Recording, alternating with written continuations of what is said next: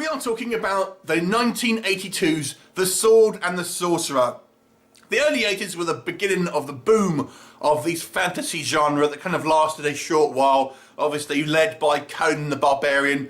So here we have the directorial debut of Albert Pyun, who went on to direct such classics as Cyborg, the Nemesis series, among many others. And this kind of adult-orientated fantasy flick stars Lee Horsley as our kind of main hero, Talon.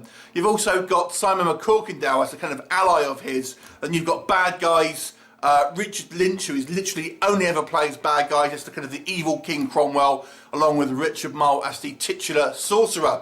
Now the plot itself isn't really anything special, if we're quite honest. It's more of your kind of standard revenge flick. This movie actually did fairly well when it was open. It actually opened theatrically or in the cinema if you're in Europe, and to a modest success.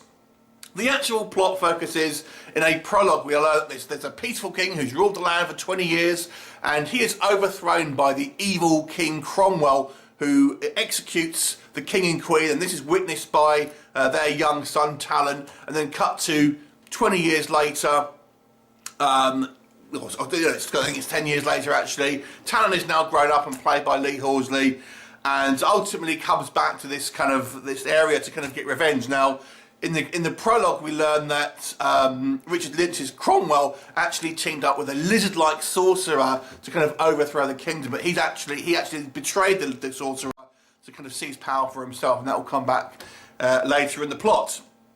So, what works with this movie? Let's discuss. So, this is a kind of an interesting movie in the fact that it kind of stands apart from a lot of the other ones. It's not really connected to any other franchises. It's more of a kind of a singular release that I feel gets forgotten about a lot of the times and isn't spoken about when we have conversations about kind of fantasy movies. The main thing, I guess, the main image of this movie is this three-bladed sword that our hero Talon uses. Two blades shoot out like it's a projectile weapon, which makes it kind of fun, but somewhat unwieldy to swing around like one would imagine. But it's a fun little gimmick, and it kind of makes this kind of like series kind of stand out in the fact that it has this kind of quite unique weapon. This movie is actually surprisingly adult orientated to a certain degree. I mean, a lot of these films have a lot of nudity in it, but this one actually has quite a lot of gore as well. There are a couple of gore scenes here, and interestingly, there are actually a couple of versions of this movie. There's a scene, for example, where our main hero Talon gets crucified, and in certain versions he actually has the nails through the kind of the palm of his hand as he's up against this kind of the wood. But in other versions he actually is bound across the wrist by kind of like a metal bar. So there may be different versions depending on which one you're kind of looking at here. But there is a little bit of nudity. There's a little bit of kind of somewhat explicit gore here, and obviously oodles of violence and stuff like that.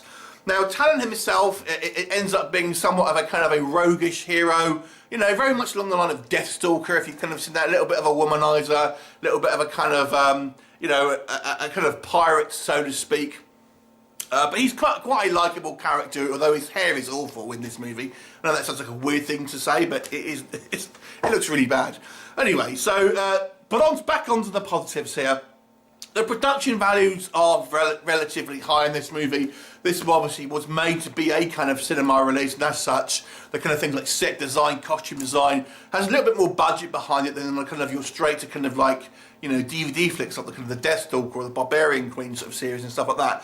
There is a little bit more money to be spent here. And although the plot is actually somewhat kind of basic when you kind of boil it down, there are a few kind of like nuances and kind of subtle hints here and there that just to make, just kind of like hint at things a little bit more kind of, a little bit more in depth with kind of certain characters sort of quite like. The film actually does have quite a good sense of humour, so there are a couple of funny gags here, and but they don't overshoot. It's never like an action comedy, but there is a few little jokes here and there. My favourite out of which was there's a scene where kind of Talon's men are all kind of rallying themselves to kind of try and go and rescue him and going, come on, we're going to go and get him. And the next scene, it just cuts to they're all in jail, and they went, well, that didn't work. I thought that was quite a funny scene.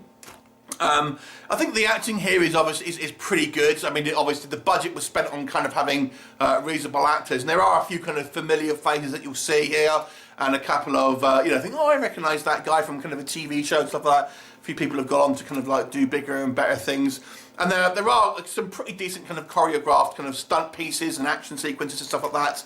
But I will say this movie was beset by problems. Talking about the stunts, there was a stuntman who did die whilst making the picture, actually died from a fall. And that wasn't the only thing. So I remember you mentioned the Sorcerer, and this was played by Richard Mole, but he actually only played in one scene, which is the very opening scene where you see the Sorcerer, because he had a violent kind of reaction to the kind of the makeup that was put on him and the kind of the contact lenses. So he was actually played by a kind of just a stand-in for the rest of the movie and was kind of just dubbed over. But Richard Mole's only actually in one scene, although he is just credited as Richard Mole as the Sorcerer. Which will lead me on to the kind of the negatives here, because the Sorcerer really is arbitrary to the plot. And since it's obviously he's on the kind of the poster and his name in the title, you think the Sorcerer would actually be a big part of this movie, and he isn't. In actual fact, you could probably take the Sorcerer out of the entire movie, and really the movie doesn't kind of change without him, to be quite honest with you. So he just seems a little bit arbitrary into the actual plot, unfortunately. I wonder if this was because that Richard Mole had to be removed and obviously a stand-in was put in, and obviously the script was changed because of that. Who knows? But nonetheless, the actual Sorcerer is actually seemingly pretty much useless, to be quite honest with you. And we do see him do stuff. It's more just kind of basic telekinesis, so it's nothing all that impressive. Although there are some kind of like quite interesting kind of practical effects when he's seen with his makeup and stuff. Other critiques I have. The lighting on this movie is terrible. This movie, I remember watching this film way back when it first came out, and even then I thought the lighting, it seems so dark and kind of just like hard to see what's going on. I mean, that kind of critique has been levelled against Solo, a Star Wars story, but it's true in this one. It's actually quite a dimly lit movie, which makes it kind of quite hard to see. The music's pretty much awful in this film. Unfortunately, this film doesn't have a kind of a rousing kind of like score. I mean, a lot of these movies do. Beastmaster, Deathstalker, you know, they had some pretty good scores. Kroll, great scores, normally by James Horner, but there you go. But this one, unfortunately, has a pretty bit of a weak score, I've got to say, which was not any good. Sometimes this movie maybe takes itself just a little bit seriously, and ultimately the plot is just kind of more or less your standard revenge flick. So overall, I've got to say, it's a little bit of a forgotten one, this one. It doesn't really get talked about a lot. Now, at the end of this movie, they promise a sequel called Tales of the Ancient Empire. This one came out in 1982, and it took nearly 30 years for a sequel to come out, but a sequel did come out in 2010, although it's really only a spiritual sequel, as it's such a long time to come out. It's really, you know, takes place in the same world and stars Kevin Sorbo. Lee Horsley does have an appearance as the Stranger, but it really feels like it's its own separate thing, and feels more akin to the style of like the Xena kind of warrior princess, rather than to this type of. I mean, the actual tone of it is significantly different and very well lit. It's all very, you know, that one's all kind of super lit. So there is a sequel. But it just doesn't really feel like it should be a sequel, to be quite honest. But as it stands, that's the movie. It's an interesting production. I don't think it's a classic. It just doesn't kind of, the story doesn't kind of really inspire you, really. It's kind of like, it's an okay film, worth a watch, but not up there with the classics like Beastmaster or Kroll, in my opinion, which are probably two of the best spuns, in my humble opinion.